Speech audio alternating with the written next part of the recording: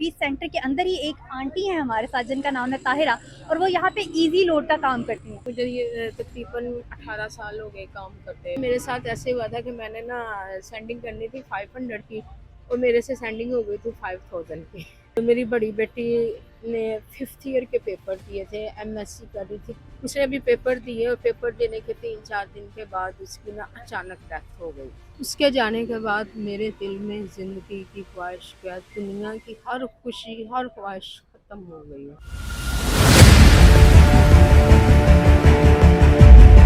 अस्सलाम वालेकुम, अफला टीवी के साथ मैं हूं अनम यूसुफ और आज हम मौजूद हैं हफीज़ सेंटर में। जैसा कि आप सब लोग जानते हैं कि हफीज़ सेंटर जो है वो मोबाइल एक्सेसरीज़ की, लैपटॉप्स की, मोबाइल की सबसे बड़ी मार्केट है लाहौर की।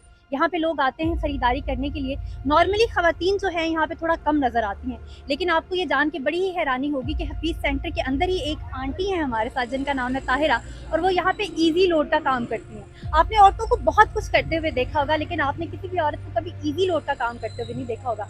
ताहिरा हमारे साथ मौजूद हैं, इनसे हम बात करते हैं और इनकी कहानी जानने की कोशिश करते हैं कि ऐसा क्या हुआ कि उनको ये काम करना पड़ा और वो कितने अरसे से ये काम कर रही हैं। उनसे बात करते हैं, जानते हैं। अस्सलाम वालेकुम। वालेकुम सलाम। आंटी, मुझे ये बताएं, आपको कितना वक्त हो गया है यहाँ पर इजी रोड का काम करते हैं? मुझे तकरीबन 13 साल हो गए। 13 साल इसी जगह पे काम करते हुए हो गया?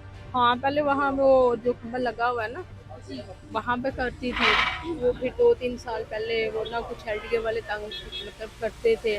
ज़ाहिर है वो तो अपने अपनी जगह पे अपने राइट भी होते हैं ना कि रोड ब्लॉक नहीं होनी चाहिए। तो अब 2 साल ही हो गए मुझे यहाँ पे एक साइड पे मैंने काउंटर लगाया है। लेकिन इसी जगह पे काम करते हुए मुझे 12-13 साल हो गए। तो आंटी, पहली दफ़ा जब आपने ये काम शुरू किया या आपने इजी लोड का काम शुरू किया, क्या वजह बनी या उसकी क्या कहानी अगर आप शेयर करना चाहें? इसके लिए बेटा ये है कि पहली दफ़ा नहीं, मुझे ये तकरीबन 18 साल हो गए काम करते। पहले मैं मार्केटिंग का काम करती थी। ठीक है, मार्केटिंग का काम करते करते वो एक आपसी कम्युनिकेशन, अल्लाह ताला उनकी बख्शिश करे, बहुत नाइस इंसान थे। उनके साथ मेरा राब्ता हुआ।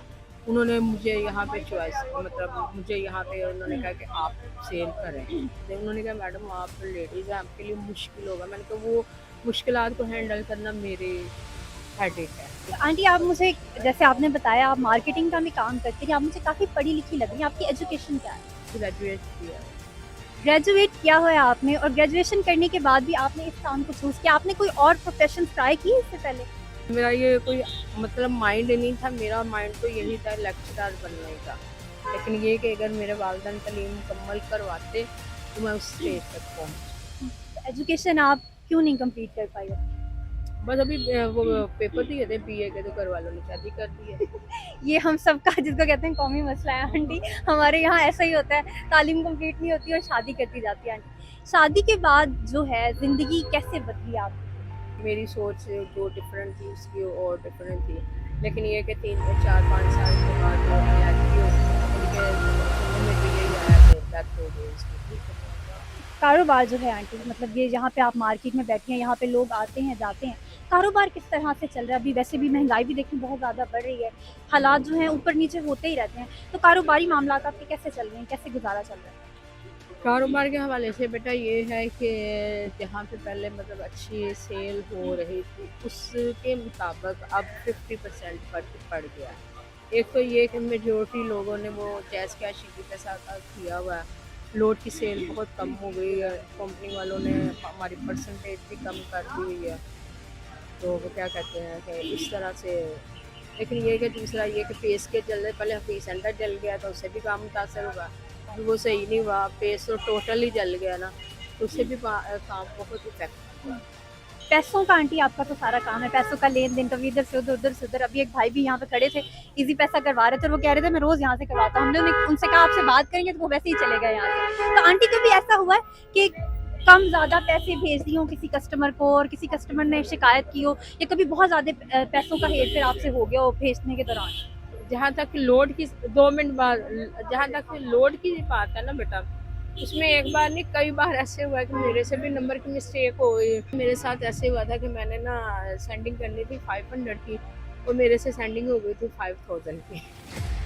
फिर ये है कि मुझे पता चल गया, मैंने कंप्लेन लगाई, तो फिर भी उसमें ना वो जो उनका परसेंटेज है वो कट के फिर मुझे पैसे वापस आए, यानी लॉस हुआ था मेरा। फिर उसे अगले हफ्ते ऐसे ही हुआ कि मैंने 1000 की सेंडिंग करनी थी, लेकिन वो 10,000 की सेंडिंग हो गई। लेकिन ये है कि वो फिर मैंने कंप्लेन करवाई तो रात को 2-3 बजे पैसे वापस आए। आंटी आपको जो लोग कहते हैं ना कि औरतें ज़रा हिसाब में कमज़ोर होती हैं, आप उस बात को सच कर रही हैं कसम से। माँ का जो रिश्ता होता है बड़ा ही अनमोल होता है। आपके अपने बच्चे हैं, आपने अभी बताया पहले मुझे कि आपकी बेटियाँ हैं। बेटियों के लिए क्या देखती हैं? उनके लिए क्या ख्वाब हैं? क्या करना चाहती हैं? कितनी मेहनत कर रही हैं आप? बात बेटा यही है कि आप तो अक्सर टूट जाते हैं, ठीक है? जैसे मेरी 2 ही बेटियाँ थी, ठीक है? मैंने उन्हें अपने से जुदा नहीं किया। मैंने नहीं देखा कि धूप है, छाँव है, गर्मी है, सर्दी है, जो भी, मैं जस्ट अपनी 2 बच्चियों के लिए, माँ के लिए मेहनत कर रही थी। तो मेरी बड़ी बेटी ने 5th ईयर के पेपर दिए थे, एमएससी कर रही थी, कंप्यूटर में बीसीएस के बाद कर रही थी, यूनिवर्सिटी जा रही थी। लेकिन बदकिस्मती समझ लो, बहरहाल जो भी है ये तो अल्लाह ताला का हुक्म है, हम मजबूर है इस मामले में। उसने अभी पेपर दिए और पेपर देने के 3-4 दिन के बाद उसकी ना अचानक डेथ हो गई। आंटी जवान बच्चा, बेटी बेटी तो वैसे ही बड़ी लाडली होती है माँ की बड़ी एसोसिएशन होती है बेटी के साथ। एक जवान बेटी का इस तरह से चले जाना कितना भारी गुजरता है एक माँ के दिल पे। बहुत, मैं कहती हूँ कि समझो कि मैं ज़िंदगी ऐसे गुजार रही हूँ जैसे इंसान कैद में होता है ना, तो उससे वो क्या कहते हैं कि फांसी भी नहीं देते और ज़िंदा रहने के लिए उसे सिर्फ दिन गिनने पड़ते हैं। मेरी दोनों बच्चियाँ बहुत लायक थी, इंटेलिजेंट थी, मेरी फर्माबरदार थी। बेटियाँ नहीं, मेरी वो दोस्त थी और मेरी ज़िंदगी का सरमाया थी। उसके जाने के बाद मेरे दिल में ज़िंदगी की ख्वाहिश क्या, दुनिया की हर खुशी, हर ख्वाहिश खत्म हो गई। छोटी बच्ची है, उसका मेरे सिवा कोई सहारा नहीं, ना उसका बाप, ना भाई, ना एक बहन थी, वो भी नहीं रही।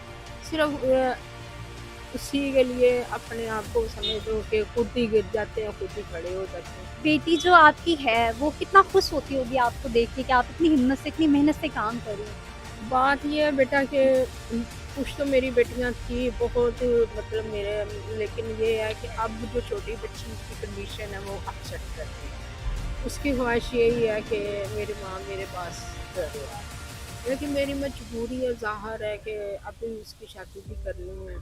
बड़ी बेटी की डेथ के बाद समझो कि एक जैसे जिंदा लाश होती है, तो जैसे इंसान मजबूरी से टाइम पास करता से वो, हाँ, मुझे ना घर अच्छा लगता, ना काम, ना कुछ भी अच्छा लगता, घर खाली हो गया मेरा। तो आंटी आपने ऐसे हालात में ऐसे वक्त में ज़िंदगी में इतना स्ट्रगल देखा, इतनी तकलीफ़ें देखी। औलाद की तकलीफ़ कहते हैं इस दुनिया की सबसे बड़ी तकलीफ़ होती है और उसके बाद आप इतनी हिम्मत से इतनी मेहनत से काम कर रही हैं। आप कोई मैसेज देना चाहेंगे उन ख़वातीन को जो मेहनत की राह नहीं इख्तियार करती और दूसरे रास्ते ढूँढती हैं?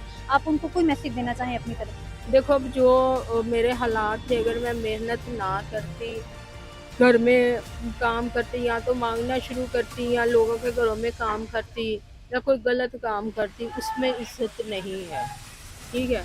लेकिन मैंने अपनी जान की परवाह नहीं की, अपनी बच्चियों का फ्यूचर देखा है, क्योंकि बेटा तालीम एक ऐसा ज़ेवर है, एक ऐसी ज़रूरत है इंसान की कि आप चाहे करोड़पति भी हो ना, तालीम कहीं ना कहीं काम आती मैं है। समझ सकती हूँ इंसान के ख्वाब होते हैं अपनी औलाद को लेके इंसान हमेशा ही ख्वाब देखता है। इंसान देखता है कि जो महरूमियाँ जो हैं मैंने सही हैं अपनी ज़िंदगी में, वो मेरी औलाद को कभी भी ना सहनी पड़े। ताहिरा हमारे साथ मौजूद थी, उनकी कहानी आपने सुनी। उन्होंने बड़ा स्ट्रगल किया अपनी लाइफ़ के अंदर, बहुत हिम्मत की और आज जहाँ वो हफ़ीज़ सेंटर के अंदर काम कर रही हैं, बड़ी इज़्ज़त से, बड़ी मेहनत से। कहना वो सिर्फ़ इतना चाहती है कि मेहनत जो है इंसान को करनी चाहिए। एजुकेशन बड़ी इम्पॉर्टेंट है आज के दौर में, ख़वातीन के लिए बहुत ज़्यादा इम्पॉर्टेंट है। वो पढ़ी लिखी थी तो आज उन्होंने मेहनत करके अपने लिए एक वसीला बनाया, अपने लिए एक रास्ता बनाया, जिसके ज़रिए वो कमाकर अपने बच्चों का पेट पाल रही हैं। तो ये हमारी आज की कहानी थी। होप्स आपको हमारी आज की स्टोरी पसंद आई होगी।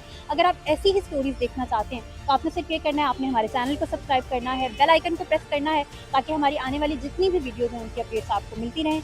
इसी के साथ मुझे अनम यूसुफ को दीजिए इजाज़त।